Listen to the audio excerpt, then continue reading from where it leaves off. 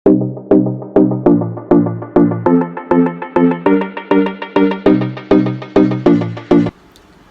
Assalamualaikum. Nama saya Nurul Ashikin binti Ibu Muttalib, memegang nombor kad matrik D1910558 daripada Diploma Pendidikan Awal Kanak-Kanak semester 5. Hari ini saya akan menceritakan tentang isu-isu kanak-kanak yang berlaku di negara kita.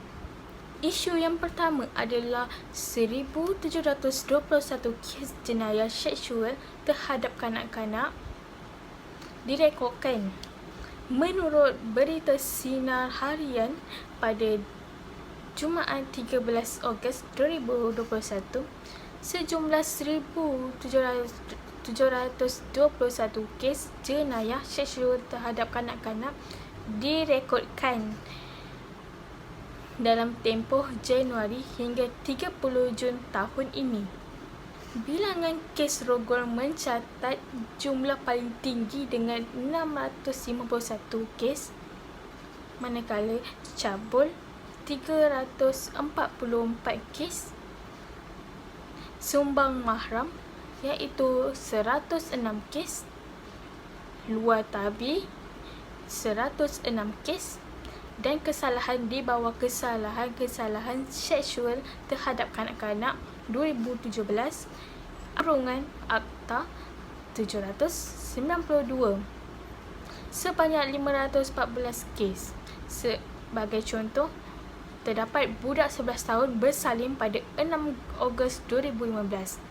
Murid tahun 5 tidak tahu mengandung dan akhirnya anaknya dilahirkan secara normal. Bayi yang dilahirkan dalam keadaan songsang dengan berat lebih 1 kilogram.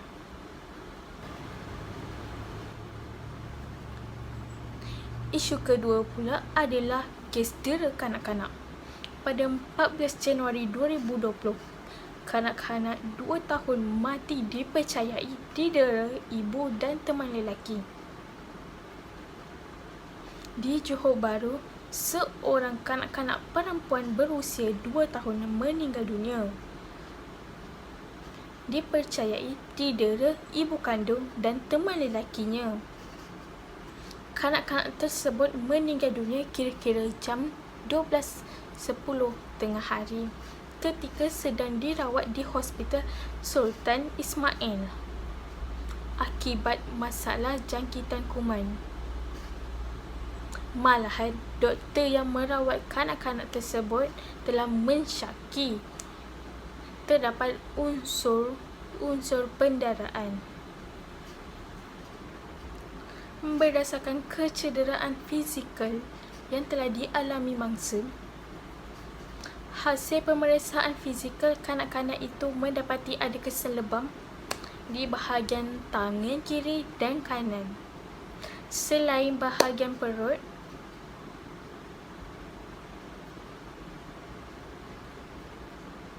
selain itu, terdapat juga kesan gigitan di bahagian tangan kiri dan tangan kanan mangsa.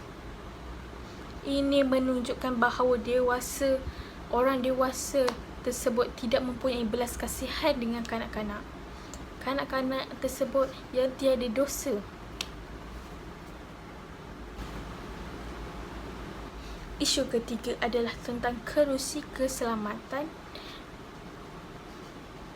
Pada 13 Februari 2020, seorang lelaki telah direman 3 hari bagi membantu siasatan kes kemalangan sehingga menyebabkan seorang kanak-kanak lelaki berusia 2 tahun tercampak keluar dari kenderaannya.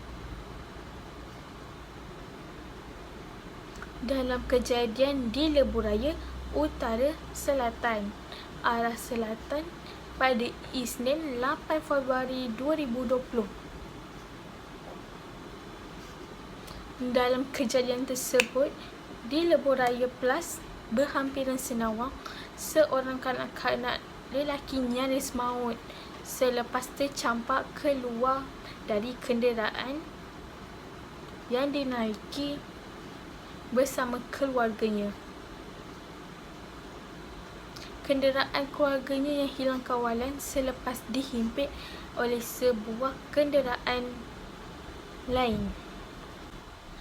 Mangsa berada dalam keadaan stabil dan hanya mengalami kecederaan luaran.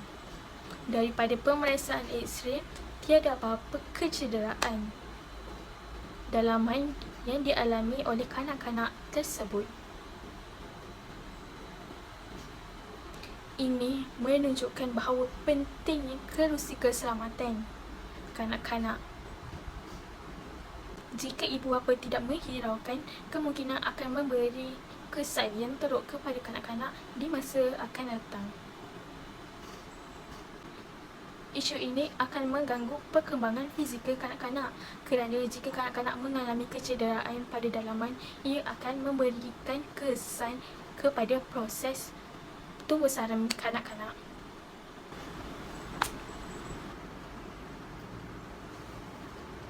Isu keempat adalah kanak-kanak parah dilanggar ketika melintas.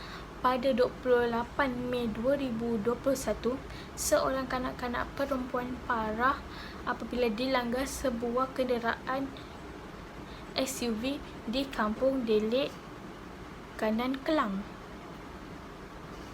Ketua Polis Daerah Kelang Selatan berkata dalam kemalangan jam 5.45 petang itu, Nur Kasih Dalisha Kamarul Azwan berusia 5 tahun dilanggar SUV jenis Pro 2 kembara yang dipandu seorang wanita berumur 21 tahun dari arah Kampung Delik ke Sungai Udang, Kelang.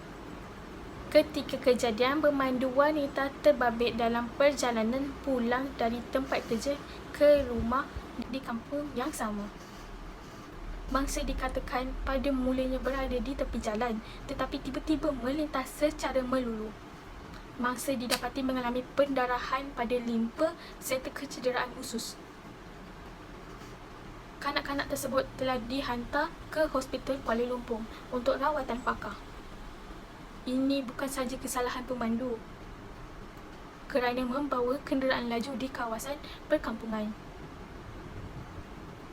Malahan, ia juga kesalahan ibu bapa kerana tidak memerhati pergerakan kanak-kanak. Isu terakhir adalah tentang kes penculikan kanak-kanak. Seorang kanak-kanak perempuan hilang pada 19 Oktober 2019 di Sekolah Kebangsaan Sungai Cok, Rawang. Kanak-kanak tersebut berusia 12 tahun. Mengikut laporan ibu tirinya, kanak-kanak perempuan berkenaan tiada di sekolah ketika wanita terbabit mahu menjemput anaknya pada jam 12.15 tengah hari. Ini menunjukkan pihak sekolah tidak mementingkan keselamatan kanak-kanak. Sepatutnya guru perlulah memerhati dan menjaga kanak-kanak di dalam kawasan sekolah sebelum diambil oleh penjaga. Ini bagi tidak berlakunya isu seperti ini. Sebagai ibu bapa perlulah memberitahu guru untuk melihat anaknya dan memberitahu jika kelewatan untuk mengambil anaknya.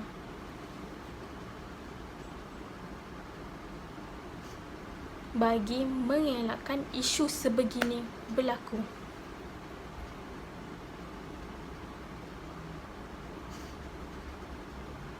Itu saja isu yang ingin saya kongsikan. Jadi kita sebagai ibu bapa ataupun orang dewasa perlulah menitik beratkan isu kanak-kanak yang telah terjadi ini sebagai pengajaran buat kita.